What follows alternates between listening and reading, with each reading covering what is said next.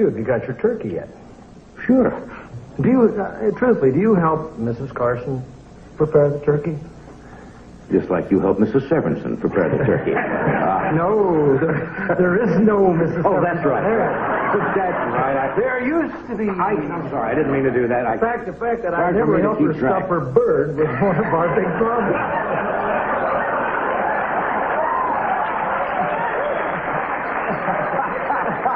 I thought that was your problem. Well, now, you know, I forgot all about that because we've been together so long that I forget sometimes where we are. Which wife are we on? On various Thanksgivings. No, we're good. In fact, that was one of the things we really thought about. What? I wanted an oyster stuffing in the turkey, and she wanted bread stuffing, and she got bread stuffing and a lot of money.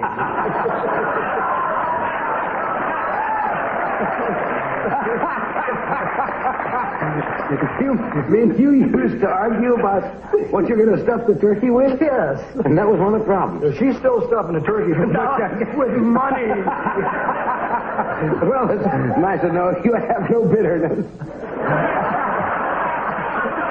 Well, I always used to say, you can have turkey on it. I don't like turkey that much. Yeah? I said, I love lasagna. She calls up every year at Thanksgiving and says, are you having your lasagna? They don't forget, do they? No. I'm sorry about that. Well, we're having a... You didn't answer the question. What, are we having turkey? Yes. No, I don't help. I don't know about that stuff. Be careful, those turkeys, they'll catch you.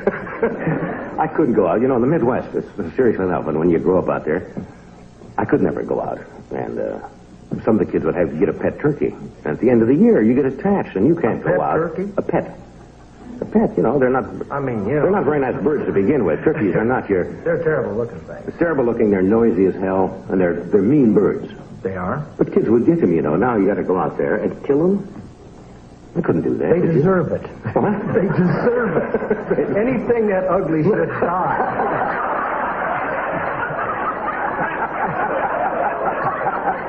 No. As you can see, I'm not too crazy about things. You don't go out. No, you really aren't, are you? You're not going to celebrate. I suppose you'll be home with the family having turkey.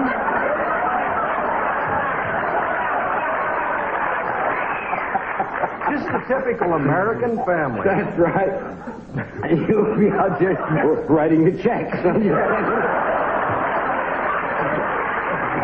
Sending them for the stuffing, huh? You will have written yours the day before. That's right. Mine's already in the mails. And Ed went to deliver his personally.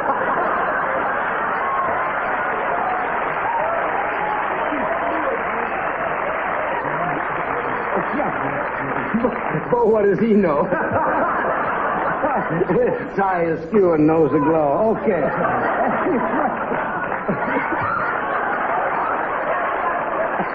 Well, I don't know about you. We're having an awful lot of fun up here, folks. Now, I'm just going to the Zodi's Day Parade. Watch big birds that come by. Look, if you want to stuff, you really feel badly now. It feels so terrible that you're going to be alone. Would you like... I didn't say I was going to be alone. You just say you ain't going to eat no turkey, right? That's right. You can come over. Would you like to come to the house? And This is the first time you've ever asked me. Well, you made me feel so guilty. I mean, you, when you ask an employee in front of 15 million people, do you want to come to the house for Thanksgiving dinner? What am I going to say? No. You know what I say? I say, yes, Mr. Carson, I love it. Can you come? No.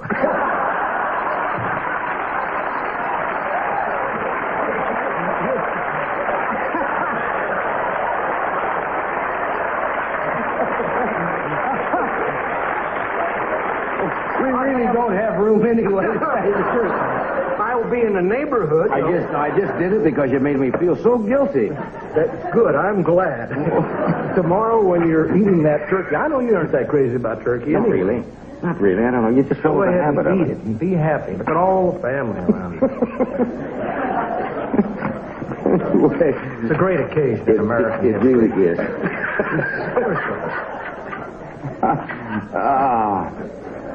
This is from, I can't find where it's right down there. You usually find that's where people sign a letter. All right. You're right. After sincerely yours. You can always tell. Can you give me whatever you're taking tonight?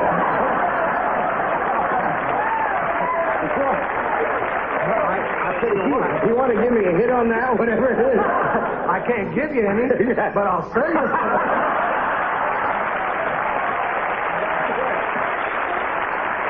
You're not going to get...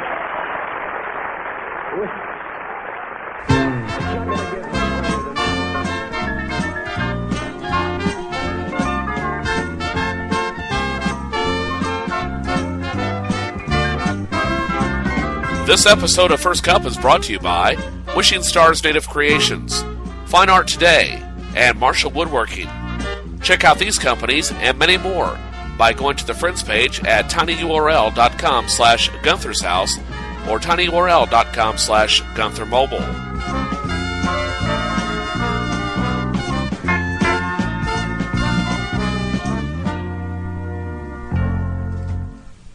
All right, I tell you, the sound quality was a little bit muffled, but you got the point. You got the point. That was Johnny Carson talking with Doc Severson discussing their respective Thanksgiving Day plans in 1979. It's time now for News of the Weird in the year 2013.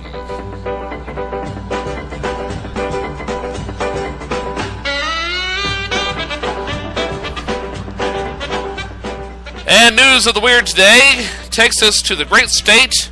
Are you ready? Hold on here. Hold on. Takes us to the great state of Missouri. That's right. Missouri is in the News of the Weird. And where did it go? All right. Deb Levy, or to Deb Levy, was recently issued a license plate reading WHOR8X. That's Whore8X. Oh my. Whore8X. Or Whore8X, or Whore8X, maybe. And is not happy with the combination of letters and numbers. Now, when she complained to the DMV, she was told she would have to pay $17 to get a new plate, or rather new plates, because in Missouri you're required to have two plates. While the spelling is missing an E, Levy believes that the implication is still there. While St. Louis Fox affiliate stepped in to help her get new plates, until her new plates arrive, Levy is using her old plates and keeping the Whore8X plates in the garage. So she's going to hold on to them. I would think that the DMV would want them back, because the last thing they want are old plates running around. And that's News of the Weird for this Wednesday. Now, it's time to find out what's going on in the exciting world of Twitter.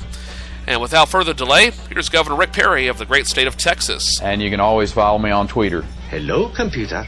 Just use the keyboard. The keyboard. How quaint.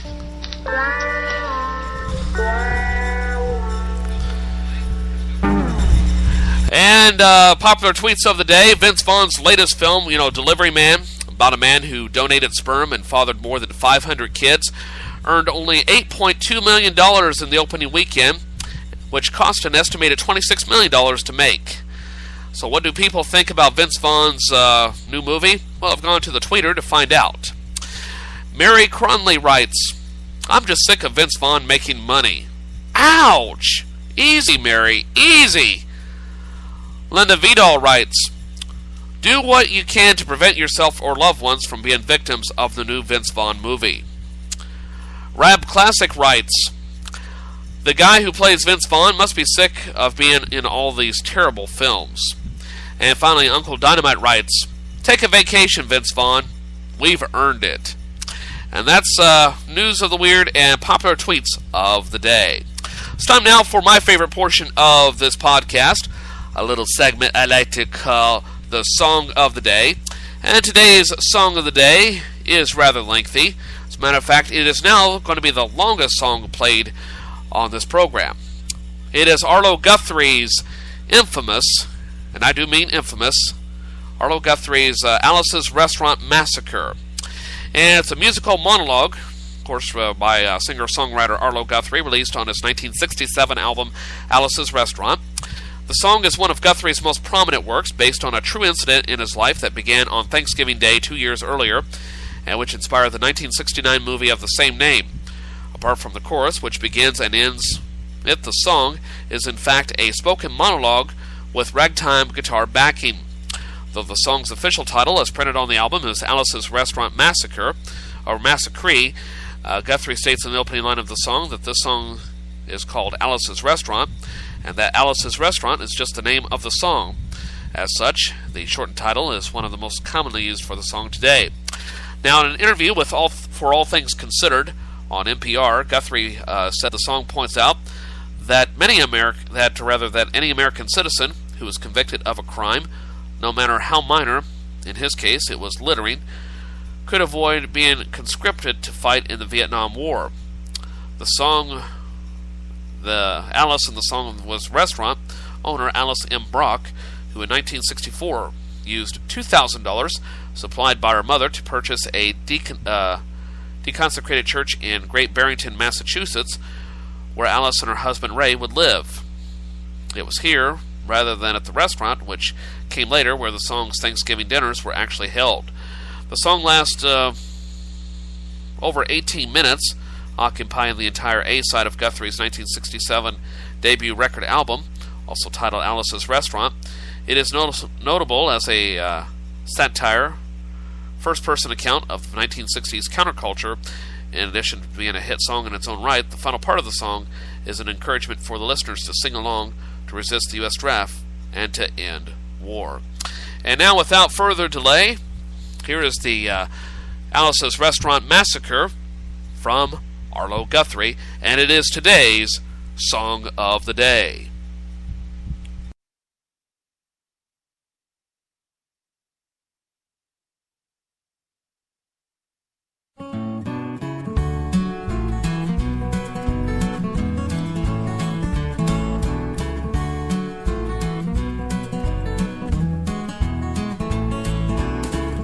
You might have heard this before.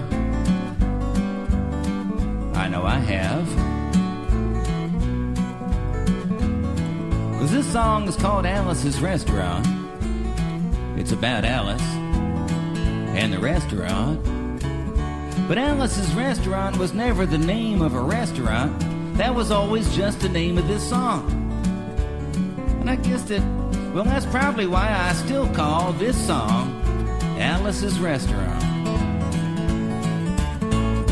You can get anything you want at Alice's Restaurant. You can get anything you want at Alice's Restaurant. Walk right in, it's around the back, just a half a mile from the railroad track. And you can get anything you want at Alice's Restaurant. I wasn't gonna sing the song tonight, or this decade, but I realized sometime earlier this year that it had been 26 years since this come out as a movie, and it was 2 years before that it came out as a record, and it was 2 years ago on the record, which means it was like 30 Thanksgivings ago, 30 years ago on Thanksgiving, when my friend and I decided to go up and visit Alice at the restaurant. But Alice didn't used to live in a restaurant. She used to live in the church nearby the restaurant, in the bell tower, with her husband Ray and Facha the dog. And living in the bell tower like that, they used to have a lot of room downstairs where the pews used to be. Seeing as how they took out all of the pews and having all that room, they decided that they didn't have to take out their garbage for a long time. We got up there, found the place was filled with garbage, and we decided it'd be a friendly gesture for us to take the garbage down to the town dump. So we took the half a ton of garbage, put it in the back of a red VW microbus, took shovels and rakes and implements of destruction, and headed on toward the town dump. we got there. And there was a sign, a chain across the road, and the sign said, closed on